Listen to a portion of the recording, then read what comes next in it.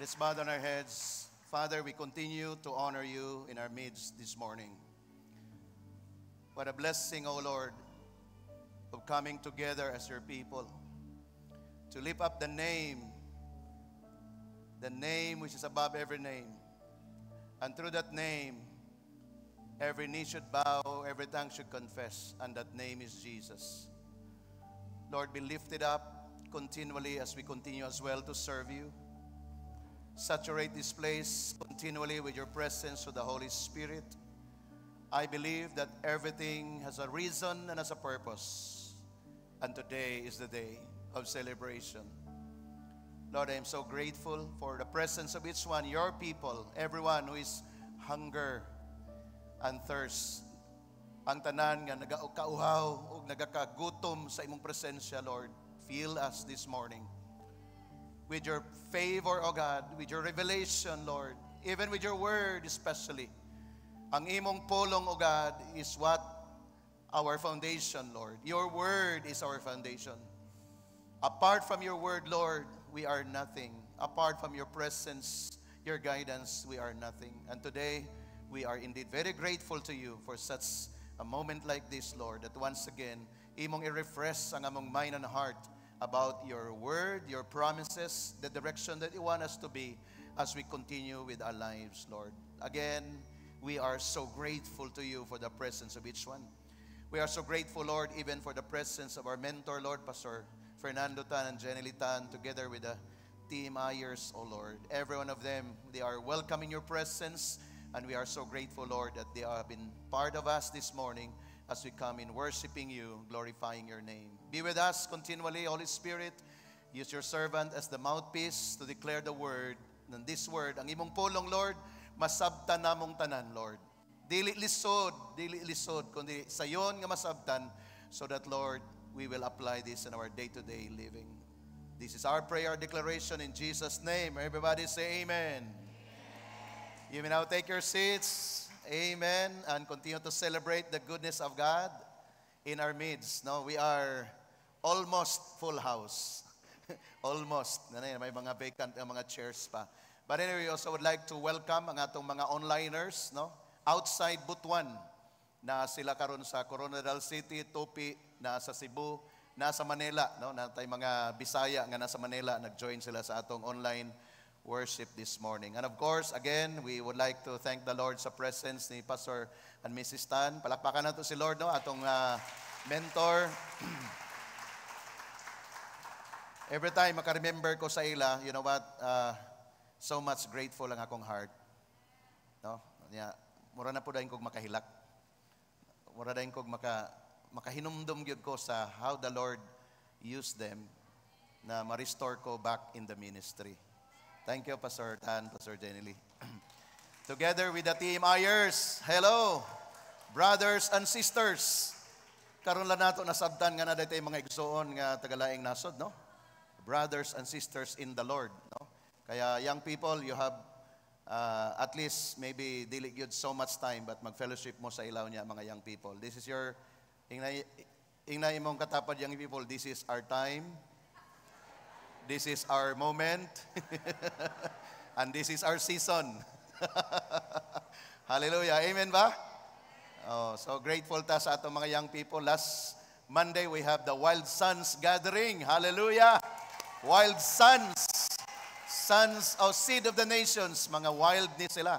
Mga people in the campuses, schools, to prepare them as you go back to your individual na mga schools. And we are 100 plus, no? Last Monday? Yeah, 100 plus sila nga nibalik din. Congratulations sa mga parents nga gi-allow ninyo inyong mga kids, young people in particular, to join us. Palakpakan na to si Lord. Come on. Give glory to God. I believe that our time this morning is so precious in the Lord. Precious to us as well. Kaya maningkamot kita ani nga maka-straight ko o in English. Problema na pod mong mga di kay kasabot, ipa-translate lang na pod sa imong katapad, no?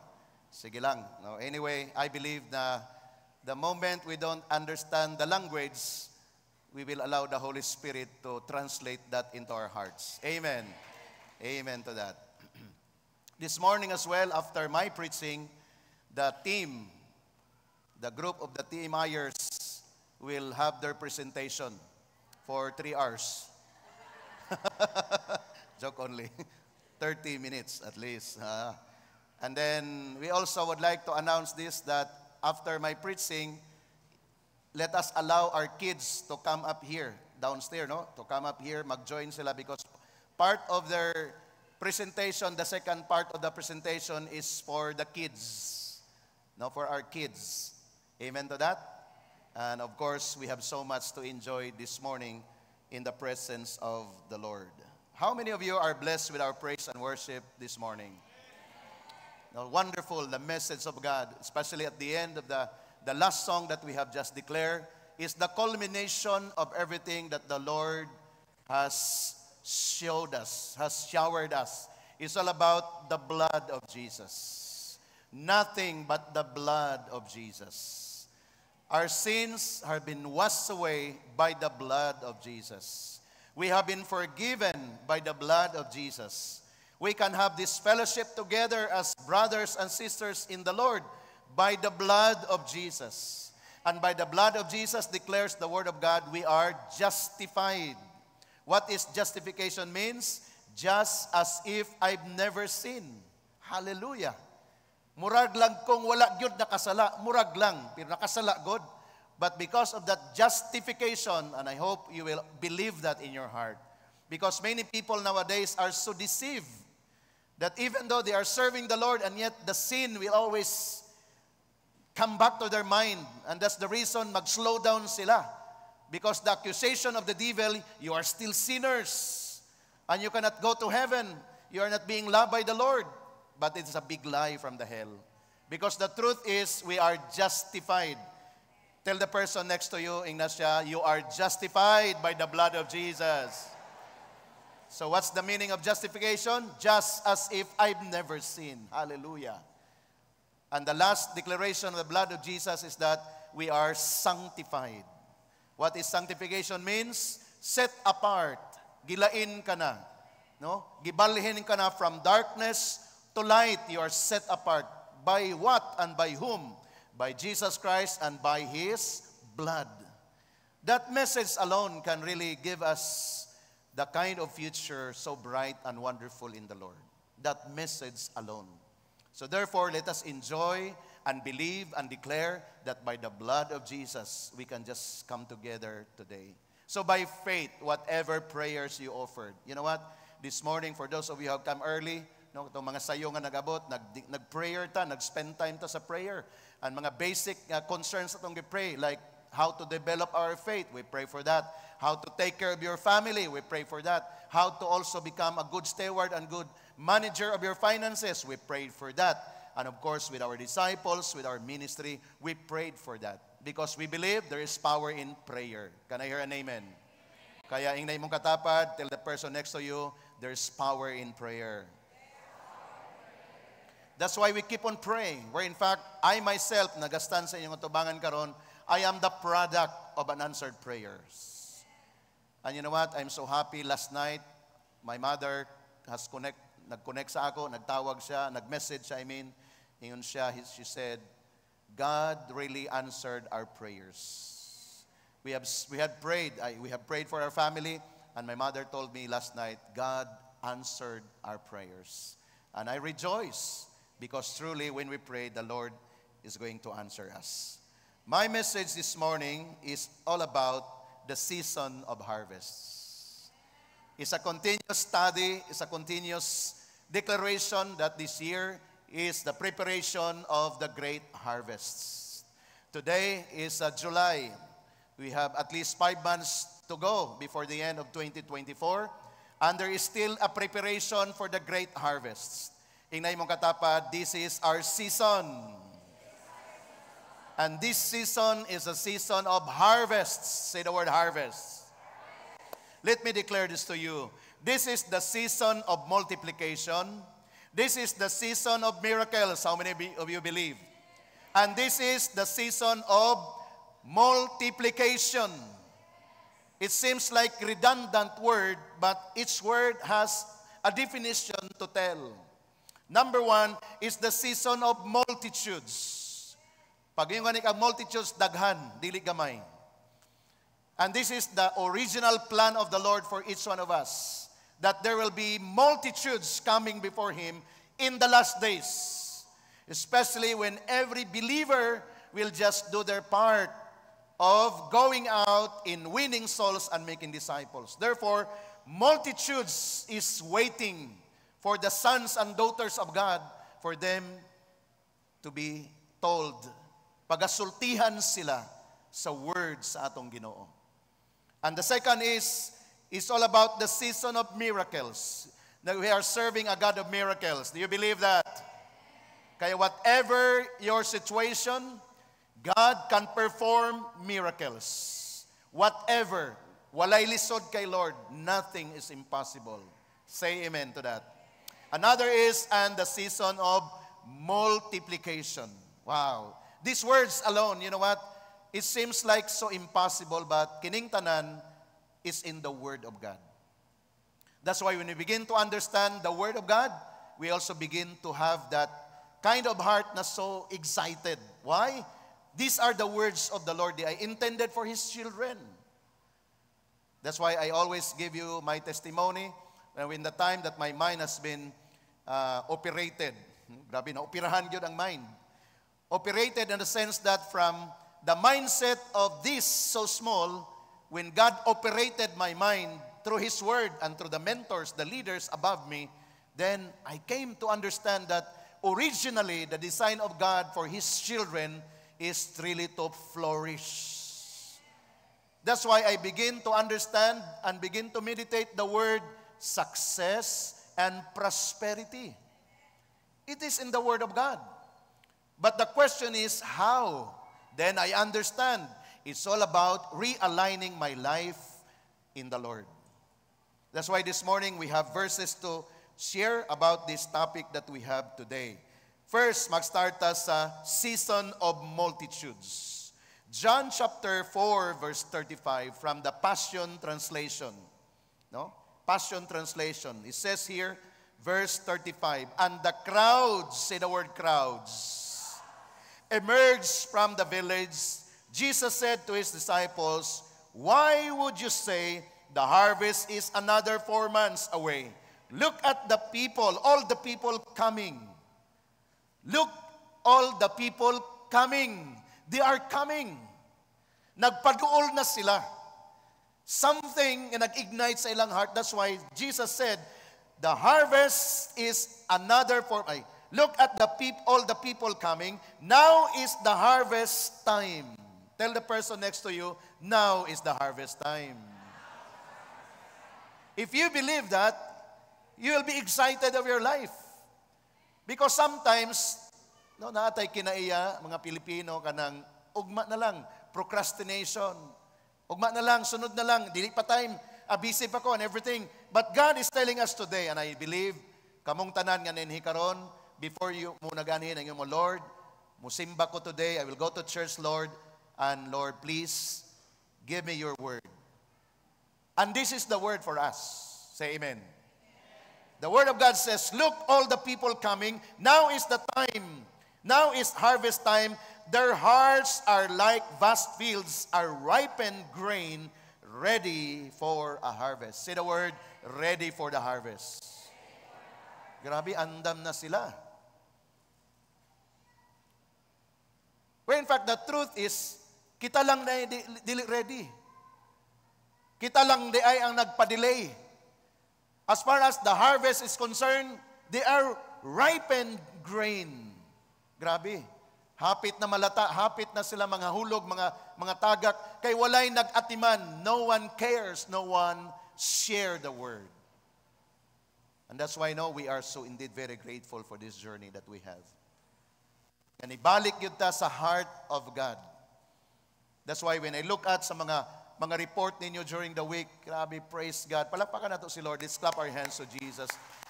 You know what? Leaders, your labor in the Lord is not in vain. Can I hear your leaders? Say amen, leaders. Cell group, Simbalay, Visitation, PID, ILD. Grabe, rain or shine. Basta kayo di lang muulan. Grabe, tuwa mo sa inyong mga field. But the truth is, even it's raining, you are there. No, kagabi, nanguli ang uban, basang-basa. Ang ilang kanta kagabi, hito kami, basang-basa sa ulan. No? Asa sila gikan? Where did they came from? They went to their cell group, to their Simbalay visitation. Praise God. And these are the things that the Lord has given us already. The kind of ministry. Because again, there is coming harvests. Say the word harvests. And that harvest is not few, it's multitude. Say the word multitude. It says here, ready for a harvest. And you know what? The secret is, let me proceed to the secret. It's all about, the secret for all this harvest is the working power of the Holy Spirit, because He's the Lord of the harvest. Say amen to that. Don't rely on your own understanding. Don't rely on your own wisdom, but always rely on the outpouring of the Holy Spirit. And you know what? Kung mag-rely ta sa Holy Spirit, doon ay kakaibang peace, joy, and satisfaction inside. Bisan gani usay, magutman ka, di ba? Pag-uli ni mo sa balay, wala man daytag pagkaon. But because gikan ka sa ministry, grabe, excited gihapon ka. Why? That is the work of the Holy Spirit. And whatever result of the ministry that we have, give it all to God. Give all the praises unto Him, because this is His work. And this is our season of multitudes. Amen. No one is left behind. Say amen to that. And then Jesus said in Matthew chapter 9, 37 and 38, I believe ang word ni Lord, dili siya luma o dili siya something balik-balik, but something that will create a message into our hearts for us to really respond. Kanang mutubag ka ba? Mo-responde ka sa words sa Ginoo. And what the Word of God is telling us today in Matthew chapter 9, 37, 38, then He said to His disciples. Then He said to His disciples. And who are the disciples? If you are disciples, say amen. Then Jesus said to you and to me this morning, He said this, the harvest truly is plentiful, but the laborers are few. Therefore pray the Lord of the harvest to send out laborers into His harvest. To send out laborers. If you are here last Sunday, ato ninggi tagsa-tagsa. No, we give emphasis to this verse last Sunday. It's all about, there is a harvest, there is a field, there is a harvesters, and there is a harvest. And let the harvest dadon sila sa bodega, dadon sila sa usa ka lugar, and then let the harvest be trained, be prepared, so that the harvest will be useful for the people outside, for another harvest to come. That's why we appreciate training. We appreciate ang atong kind of process nga ginabuhat, no? From the OVE, one verse evangelism, and then proceed to the 10 lesson of the Soinel, starting up a new life in Christ. After that, enroll for the life class lesson. Along the way in the life class lesson, there is a 3 days retreat, Encounter God retreat. After that, continue ang atong life class lesson. After sa life class lesson, then enroll it to the School of Leader 1, School of Leader 2, School of Leader 3. For what is the reason why we do that? It's all about preparation for that harvest. So that this harvest will prepare themselves for another harvest in the harvest field. Amen. Kaya praise God sa tanan nga nag-enroll sa School of Leaders. Duha lang mini pastora pag week, during sa week. Of course, naga-virtual ang ato mga training sa SOL 1, 2, 3. Ingon si pastora sa ako, ikaw sa SOL 1, ako sa SOL 2. Paano ang SOL 3? Ato lang silip-silipon noong sang SOL 3. Duha lang mi. But when we saw the virtual attendance, praise God, a lot of people are willing to be trained. Hallelujah. Amen to that. Why? Because of this truth that there is coming multitude. O kung dili ta ready sa multitude, sa tinuod lang, masayang. Pag dili ka ready nga mag-atiman og tao, masayang siya. But, ingnay mong katapat, we are preparing. Amen to that. Let me proceed to the number 2 declaration. Season for our time today is a season of miracle. Say the word miracle. All areas of your life, this is your season. Don't wait for another year. Don't wait for another month. This is your moment. This is your time to experience God's miracle. All aspects. Miracle on your finances, miracle on your relationship, miracle on your career, miracle on your business, even miracle on your health. Can I hear an amen? Because God is a performer of a miracle. And the moment someone is believing, someone is claiming a word, then there will be a performance of the miracle of God. In Luke chapter 4, verse 16 to 18, in this translation declares, Then Jesus came to Nazareth, where he had been brought up. As usual, he went into the synagogue on the day of rest, a holy day. He stood up to read the lesson. The attendant gave him the book of the prophet Isaiah. He opened it and found the place where it reads. He found the place where it reads, meaning he discovered it. And what he discovered? The next verse, in verse 18 and 19. The Spirit of the Lord is with me. He has anointed me to tell the good news to the poor. He has sent me to announce forgiveness to the prisoners of sin and the restoring of the sight of the blind. This is a miracle. And then it says here, to forgive those who have been shattered by sin. It is another miracle.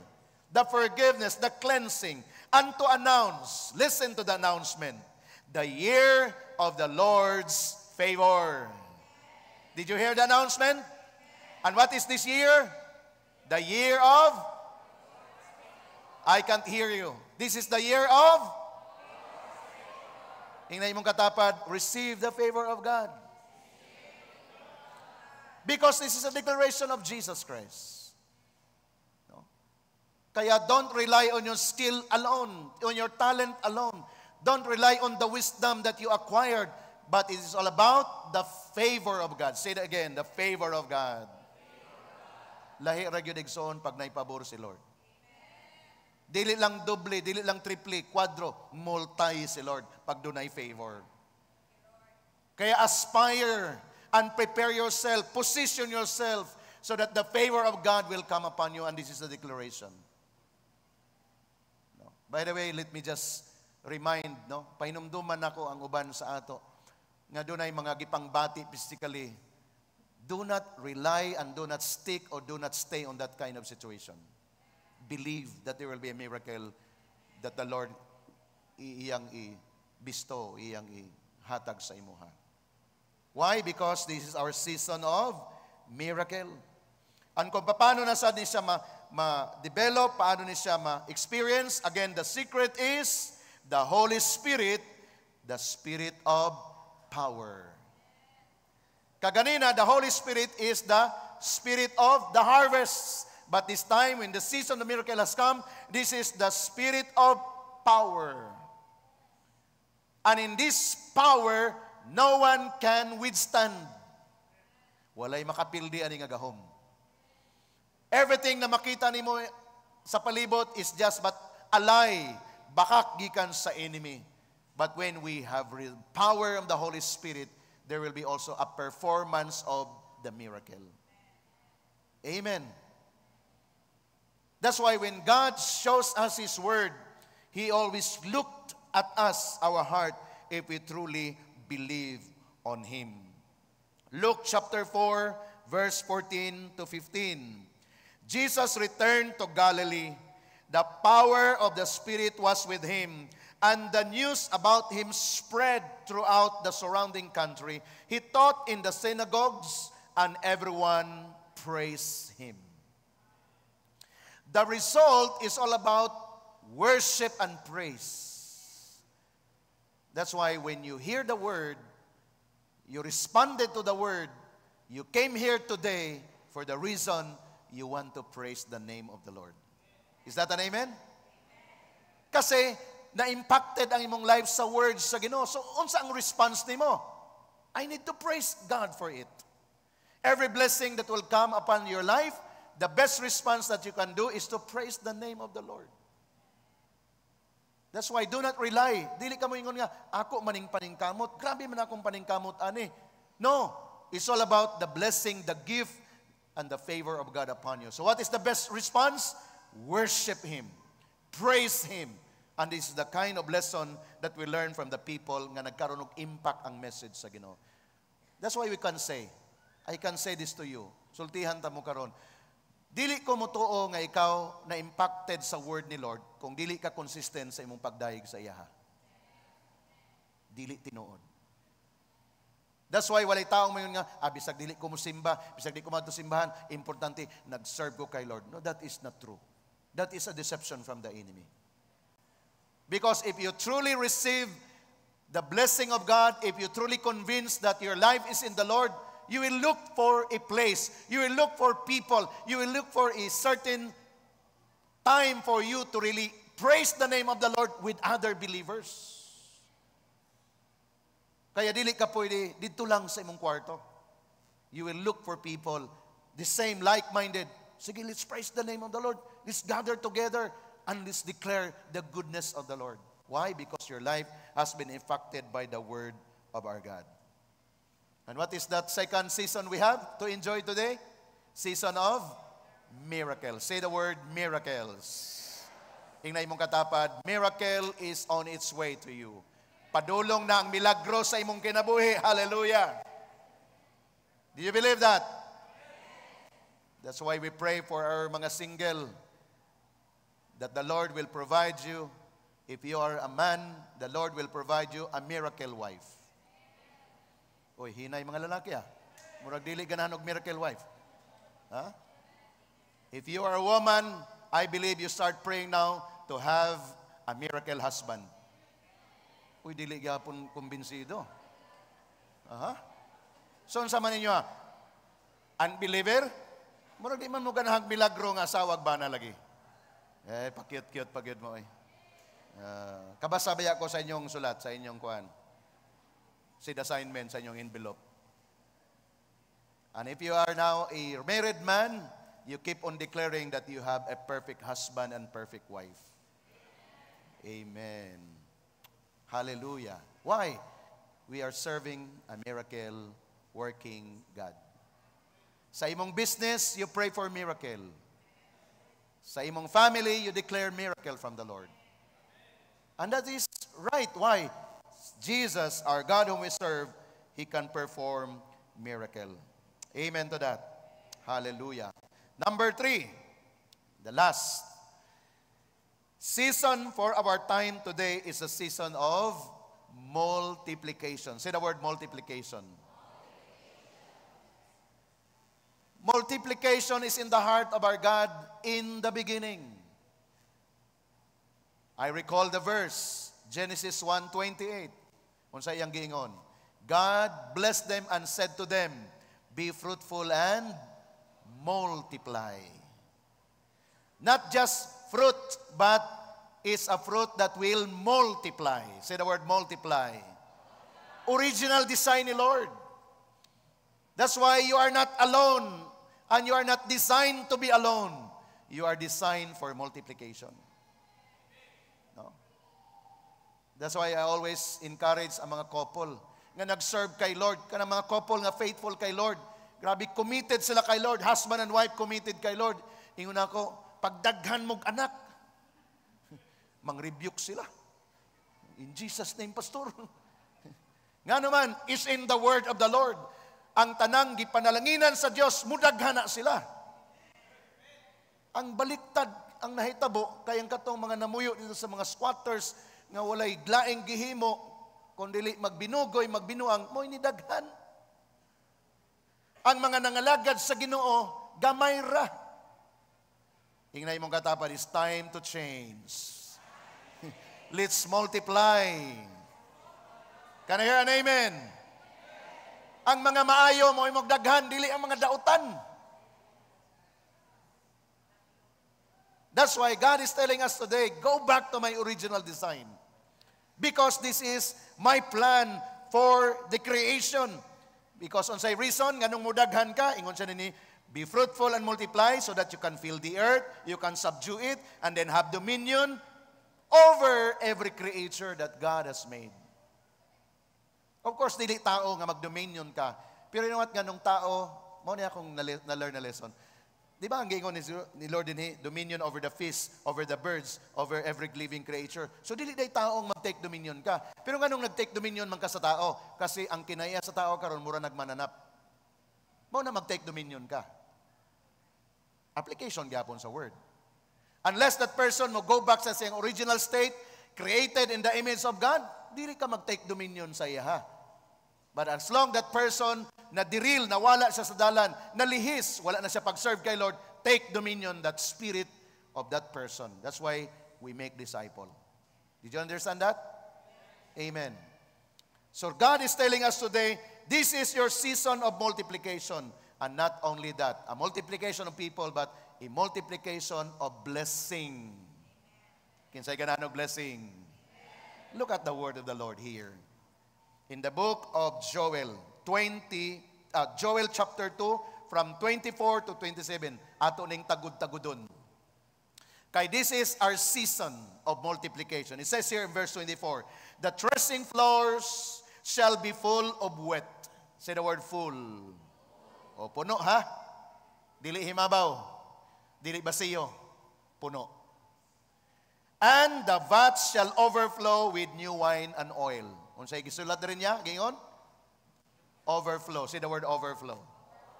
Design ni Lord igsoon. Hingnay mong katapa, this is your portion. Puno og mag-awas-awas. Amen? Puno sa gugma. Og mag-awas-awas pag yun. This time is all about the material blessing. Why? The wine and the oil. And I want you to receive this morning, kining a word. Verse number 25. Next verse. Yan. So, I will restore to you the years that the swarming locust has eaten. Say, praise the Lord.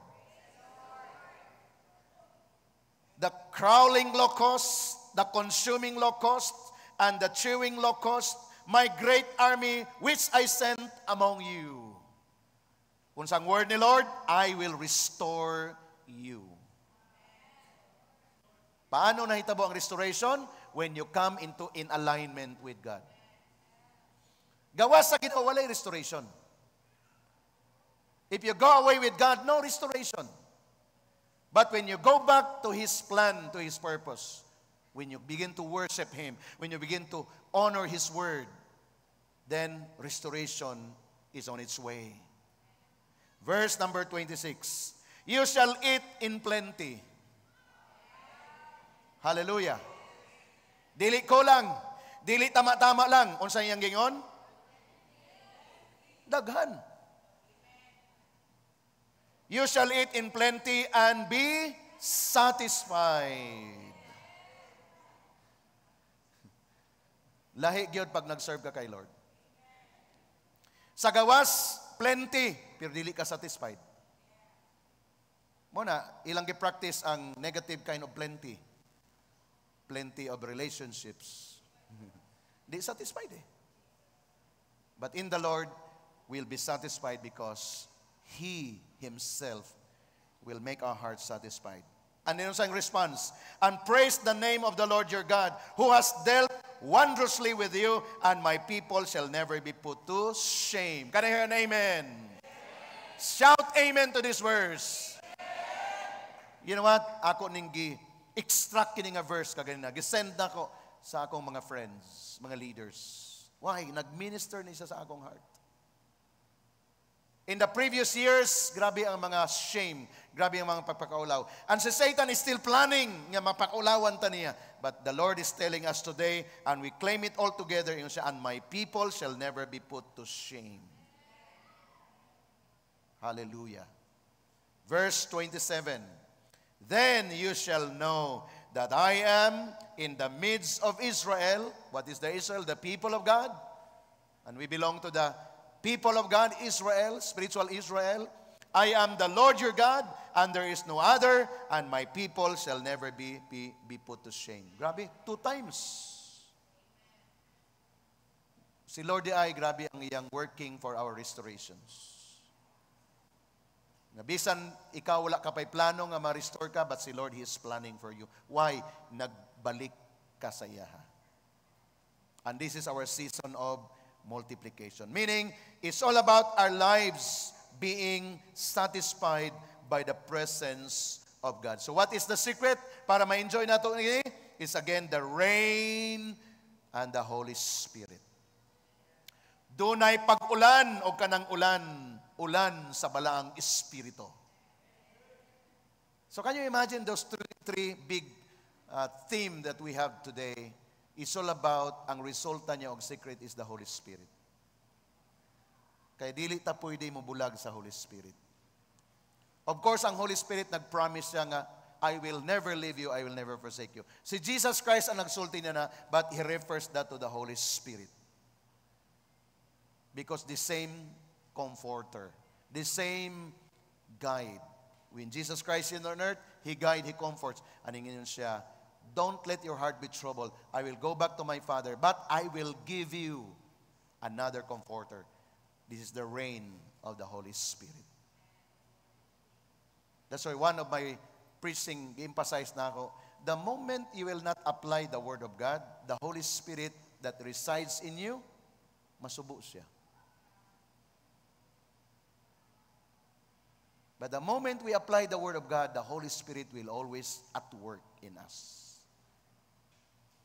And today, this is all about the work of God and the Holy Spirit in our midst. Kung gusto nimo ma-change imong life for the better, nga maglambo pagyud ka sa unahan to receive kini nga declaration, rely on your partnership with the Holy Spirit. Do not quench ayaw pasubang Holy Spirit. Do not ignore His conviction in your heart. Many a times gina-ignore nato.